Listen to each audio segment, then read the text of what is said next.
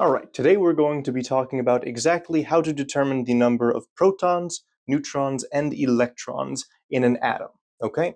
So the first point in our discussion is we need to have information from our periodic table, okay?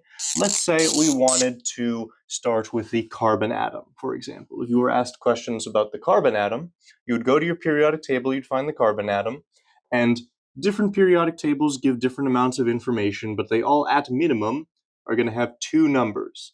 They're going to have the atomic number, which for carbon is 6, and they're going to have atomic mass, which in this case of carbon is going to be 12.01. The atomic number, this is going to help you determine the number of protons. The mass number is going to help you determine the number of neutrons, okay? But first we need to translate this into something a bit more useful.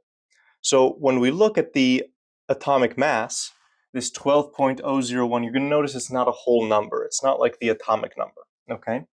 And the reason for that being is because this atomic mass is an average. In order to find the number of neutrons in our atom, we can't deal with an average. We're going to have to deal with what's called the mass number, okay? So in the case of carbon, carbon has 3 different isotopes. What that means is carbon can exist in 3 different forms. It can exist as carbon-12, the most common form. It can exist as carbon-13 and carbon-14, okay? So since it's carbon, the atomic number will always be the same. The atomic number determines the type of atom. So if you're dealing with carbon, the atomic number will always be 6, okay? And so the way we get this 12.01 is by taking the weighted average of all of the atomic masses in existence. And that comes out to 12.01. The reason that being is because the overwhelming majority of carbon in the universe is carbon-12, and then a very small amount is 13 and 14. Okay, so let's say we are dealing with the carbon-12 isotope, C612. This would be your mass number. This would be your atomic number, okay? Now from here, it's very simple. Your atomic number is always equal to the number of protons.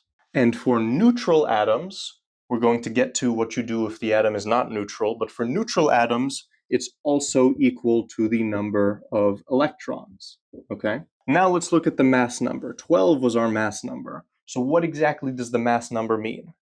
The mass number is the total amount of protons and neutrons, okay?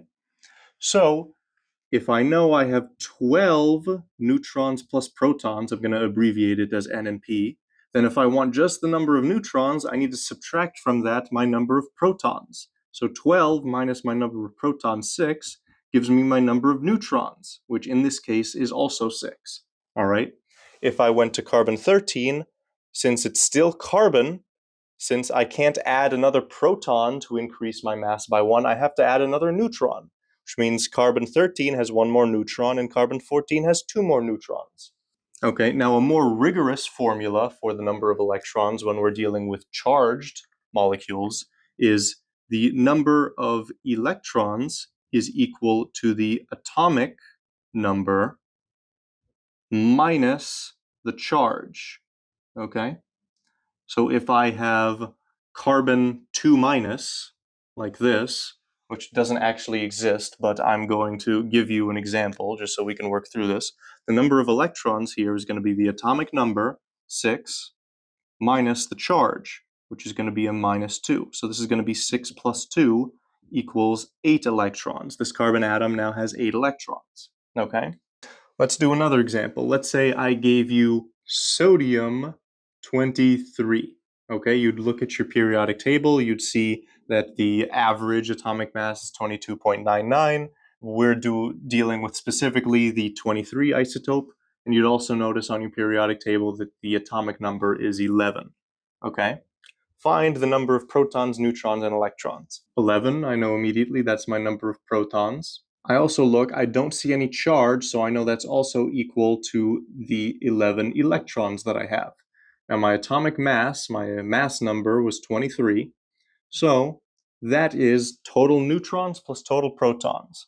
So 23 minus 11 protons gives me a remaining 12 neutrons, okay? So I have 11 protons, 11 electrons, 12 neutrons. Instead, if I were to give you sodium plus, a very common ion you're going to be dealing with, then again, the atomic number is always my number of protons, but I need to pull back on this equation, that my number of electrons is equal to the atomic number minus my charge. So in this case, my number of electrons is equal to 11 minus plus 1. Equals 11 minus 1 equals 10. So I have 10 electrons in the case where sodium is at a plus 1 charge, okay? The charge is never going to affect your number of neutrons. Okay, so if I were to sum everything up really quickly, the determination of your protons is only one thing. It's equal to your atomic number. If you don't know which one's the atomic number and which one's the mass number, the atomic number is always the smaller one. Okay? Your number of neutrons is, again, only determined by your mass number and your atomic number. Okay? You do the big one minus the small one, and that gives you your number of neutrons. Okay? Finally, your electrons is determined only by your atomic number and your charge. So if you don't know the mass number, if you don't know the atomic mass, you're still able to find number of protons, you're still able to find number of electrons. Okay, and it's very easy to simplify this when you are dealing with a molecule that is not charged. That means that the atomic number is just equal to protons and electrons. All right, that has been everything I have to teach you about this. If you found something useful, like the video. Otherwise, if you need extra help, go to meekextrahelp.com or you can join the Discord server. Have a fantastic day. Enjoy life.